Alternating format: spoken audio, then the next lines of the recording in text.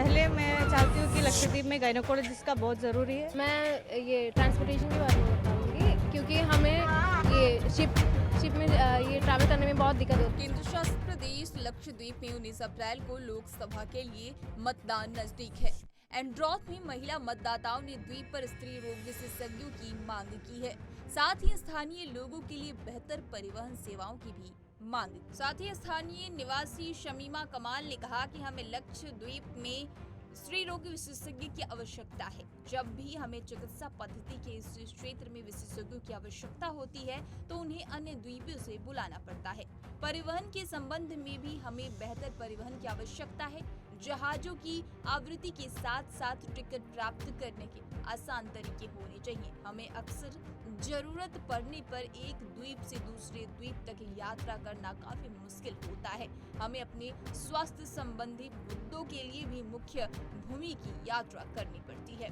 इस तरह की बातें कही है शमीमा की। आइए आपको सुनाते हैं क्या कुछ कह रही है स्थानीय निवासी शमीमा कमाल। मैं चाहती हूँ कि लक्षद्वीप में गायनोकोलॉजिस्ट का बहुत ज़रूरी है और अभी गायनोकोलॉजिस्ट का कुछ काम हो तो दूसरे आइलैंड से बुलाना पड़ता है।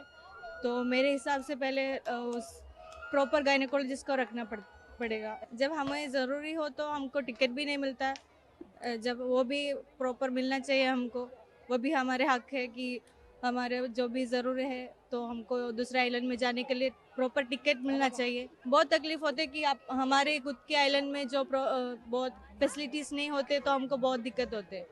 जो हमारे खुद के आइलैंड में ऐसा सब होना चाहिए। पहले बात तो कि दूसरे आइलैंड ना जाने के लिए हमारे खुद के आइलैंड में होना चाहिए, वो तो ज़रूरी है। तो वहीं दूसरी तरफ एंड्रॉथ के निवासी नौरून शहाना ने कहा कि स्थानीय महिला भी नौकरियां चाहती हैं, खासकर निजी क्षेत्र में। क्या कुछ कह रही है नौकरी को लेकर, आइए आपको सुनाते हैं। मैं ये ट्रांसपोर्टेशन के बारे में बताऊंगी क्योंकि हमें ये शिप में ये ट्रैवल करने में बहुत दिक्कत होती है क्योंकि ये ज़्यादातर टिकट नहीं मिलता। अभी हम लोग मेनलैंड में जाना चाहते थे, जल्दी जाना चाहते तो नहीं हो पाता हमसे। फिर और मैं नौकरी के बारे में बता, वो भी कठिन है। गवर्नमेंट जॉब अभी बुलाते हैं, इंटरव्यूज बहुत कम होते हैं अभी। फिर उसके बाद हाँ, और यहाँ पे प्राइवेट सेक्टर भी नहीं है प्राइवेट जॉब में जाने के लिए।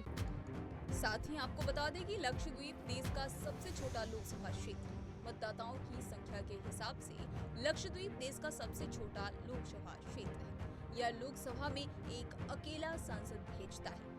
यूटी में आम चुनाव के पहले चरण में 19 अप्रैल को मतदान होगा। इस तरह की तमाम जानकारियों से रूबरू होने के लिए punjabkesari.com को लाइक, शेयर, सब्सक्राइब करना न भूलें। धन्यवाद।